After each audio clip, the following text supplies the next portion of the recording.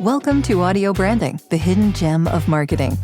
Sound plays a more important role in human behavior and our decision-making than you may realize. In this podcast, I'll help you understand the art and science of sound so you can better influence others in business and your life. I'm your host, Jodi Krangle. Let's delve a little deeper.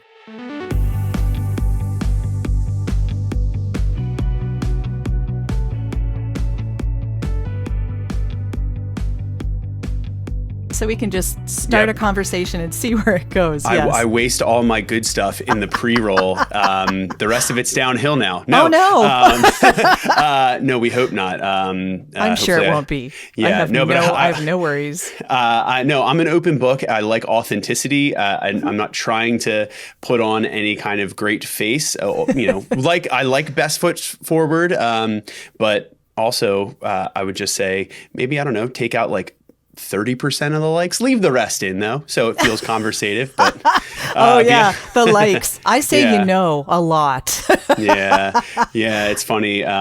Boy, oh boy, if you really want to improve and have a rude awakening, start a podcast and edit the first couple seasons yourself. Oh yes, you stop doing that as quick as you can, not just for the time, but for your time. well, right, but also for a number of other reasons that are maybe like, ooh, I can't be the one that's also has to hear this 3 or 4 times, and I'm going to get carried away, So it's why artists let somebody else produce, record, and edit their stuff, Definitely. I've experience in that, So yeah, I imagine you do. Actually, speaking of that experience, I sort of want to go back a little bit. So, do you have an early memory of sound that moved you? Something that got you into this in the first place? Yeah, I mean, honestly, the memory that actually comes to me almost immediately is one that quite literally did move me and the house that I grew up in. So my dad was a bass player in a classic rock band in the 70s, and he didn't really, continue through playing, after that period of his life, in the 80s, like still loved music, worked, in music adjacent entertainment spaces throughout the 90s and 2000s. But he had a couple pieces of gear, like an old jazz bass and a few of the amps that he played back then that he hung on to, that mostly just collected dust for those decades. But when I came along and got to an age where I could ask questions and be curious about it, would open that up. And I distinctly remember the first time that it was actually a 215 speaker cabinet and an Ampeg B25. I don't know how deep the gear heads are in your audience, but it's a pretty sizable amp and cab and pretty powerful as such. Pretty common bass amp and guitar rig from that era. And I was like, Dad, can we plug this in? He's like, honestly, I don't even know if it still works, but I guess we can try. We did. And boy, did it still work, because I remember like one open note, and the volume was dimed, and we didn't realize because the volume knob was actually broken off. So you couldn't tell where it was stuck at. Dialed to 11. There we go. Right. Totally. Right. We're pushing some SPLs there. So much so that, the whole house shook. It was an older house. The window sills rattled. This was actually up in the attic, so it wasn't even like down in the basement with the concrete floor. So it shook, and it literally, probably scared the crap out of me at the time. But I think I was also like, wait a second, this is what you did, So I just didn't stand a chance after that, and I found my own way, playing around with that. I eventually took to guitar, and even though I think he knew, maybe against his better judgment at sometimes, what potentially could lie ahead for me in that business, good, bad, and ugly, I think he still knew. He's like, he can't, in good conscience, try to steer me away from that. He just had to let it happen. And luckily, I think for myself and for him, it worked out okay. Yeah. If you could talk a little about that. I know you have a band of your own, right? So I do. So you make a living as a musician. Is that? I still can't believe it myself, but it's been, the better part of 2 decades in a band from Philadelphia called the Wonder Years, a rock band that pushes some SPLs of our own, and a pretty loud kind of in your face punk alternative tinged band. And yeah, it started out pretty lighthearted. All of us played in different bands throughout high school, and then kind of came together like, a Sunday afternoon in the summer before all of us were going to go away and start college. And we wrote a joke song, honestly, so we're from Philadelphia, and New Jersey's right across the border. And there's a little bit of like a New Jersey, Philadelphia kind of rivalry, if anybody's familiar with the area. But we specifically wrote a joke song about how much we disliked Route 9, which is what runs down through New Jersey along the coast. Okay. Look out, because when you least expect it, that's somehow the band that ended up evolving into something.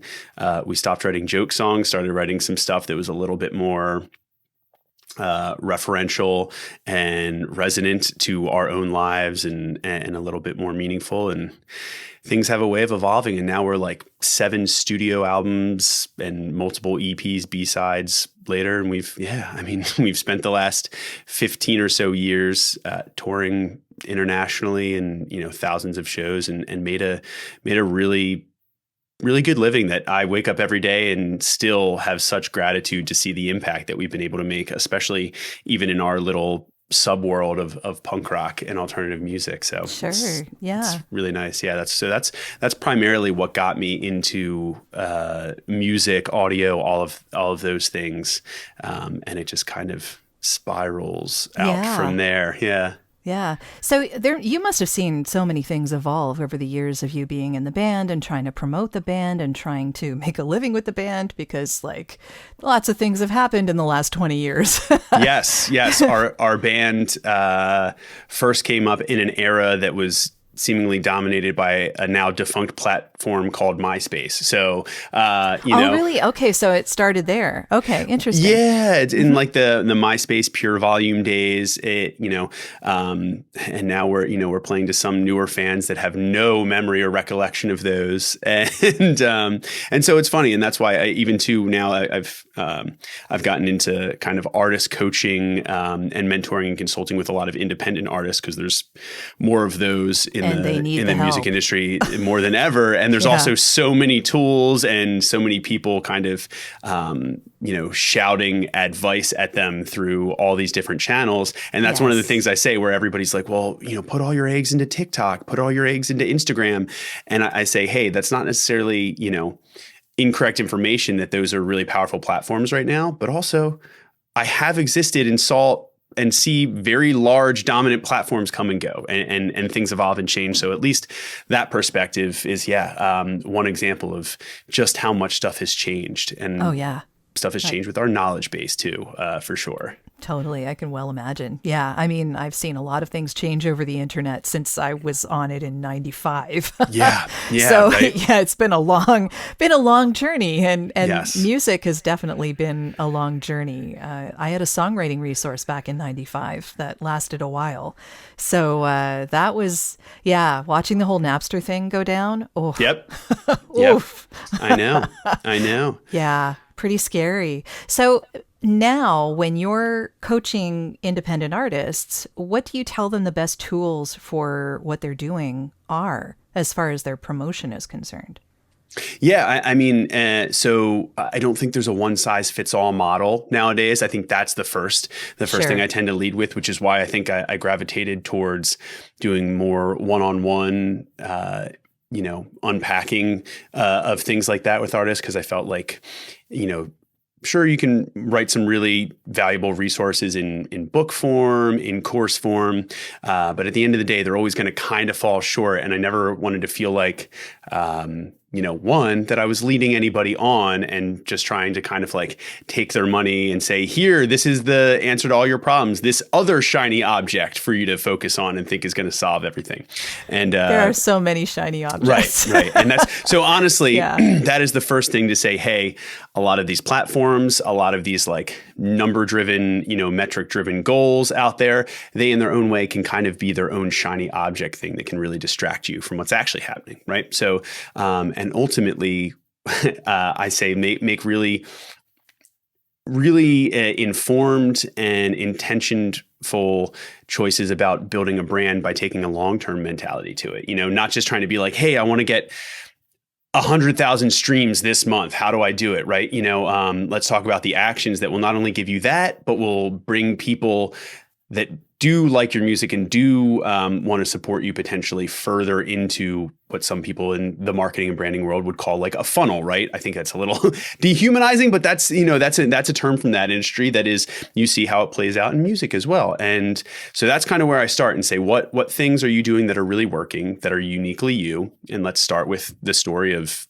your band, the music that you've made so far, the music that you want to continue to make, where you want to go with it. And let's help you make some smart choices. And depending on that, the answers to those questions initially, that's going to dictate a lot of where I would suggest they go, right? If their brand is somewhat closer to that of a comedy-based kind of off-the-wall influencer type, then I would maybe suggest that they go to a certain platform over a different one, right? And the inverse of that is also true. If it's a much richer, more artistic narrative that they're trying to paint, then there's maybe some more strategic ways to do that on some long-form kind of evergreen platforms. So, that in terms of that's kind of where some of that mentality comes into play and where I start the conversation, and then it moves and evolves from there based on the feedback that they give me. So sure, that makes a lot of sense. Yeah. So when someone is going into this, do you give them business advice? Because a lot of musicians are creative people, but they may not necessarily have business sense. And so how do you instruct creatives on how to make a business? Right. It's a really good question. And it's something that I'm still learning every day, and I'll never not be learning, because the goalpost kind of also changes as we just mentioned. But it's a really good point. A lot of people know that they love creating things and love, trying to design certain moments and experiences that pull out reactions from an audience, and they're not always great at understanding how to have that support the longevity of that action, right? And or sometimes people feel like it's a little inauthentic, or are afraid to even just the word ask, right? Oh my goodness, here's an marketing offer, right? Marketing for creatives. Don't we hate it?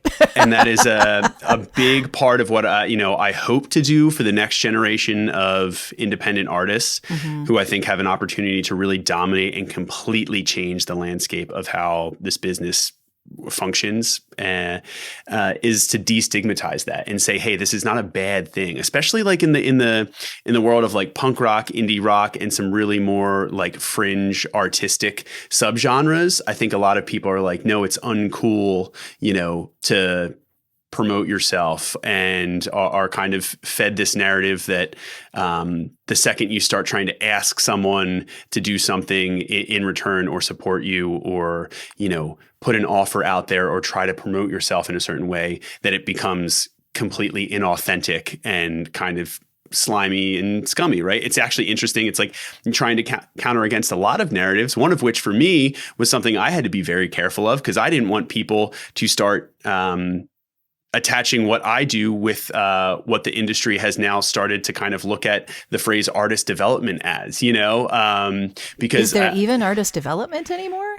Oh, absolutely. Every day. That's effectively what, like artists doing it themselves. Yes. But like a big record label doesn't do artist development anymore. Well, so they do. A lot of the activities that they do and work with bands are trying to help build brands, build and take what the band is doing and figure out what's really working and what opportunities and unique lanes that presents themselves. And that is developing that business and that brand, right? So it's happening every day. But yes, there's a stigma around, and even like larger label systems. Everybody, it's like the big bad major label machine, right? It's like, well, everybody in business is in some way looking to make decisions and work on things that can behoove them and further what they're looking for. So, starving artists, that doesn't need to happen anymore. People need to be able to pay their rent. Right. Exactly. And there's a lot of things that I'm glad I have seen start to shift in the culture and the climate, and that will continue to. And I think some of that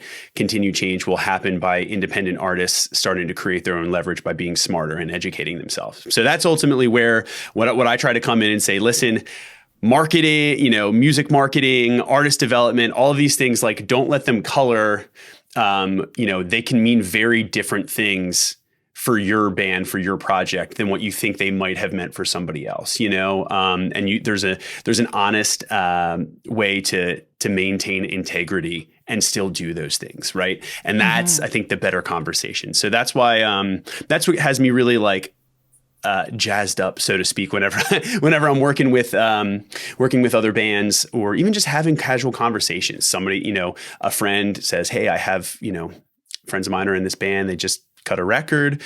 What do you think is the best thing? And, I'm never going to be like, just tell them to get on TikTok for 12 hours a day. I think that's very reductive, right, in terms of a strategy. So there's a lot to go into there, but yes, it's still happening. And I think it's just going to change. And ultimately what I'm trying to do is not say even myself and my insights and my experience are the answer. I just want to try to take a more thoughtful, mindful approach to helping artists think for themselves and become self-sustaining, right? Because the industry is going to change. The things we're talking about right now are going to be either way more relevant or way less relevant 10 years from now. Good point. Yeah. But I want you to be able to gain the tools and frameworks for kind of going through and saying, hey, well, how do I talk to this label? How do I pitch this label? And being like, hey, a better idea is let's flip the lens and put your hat on in a way that allows you to think about what behooves them and what their objectives are.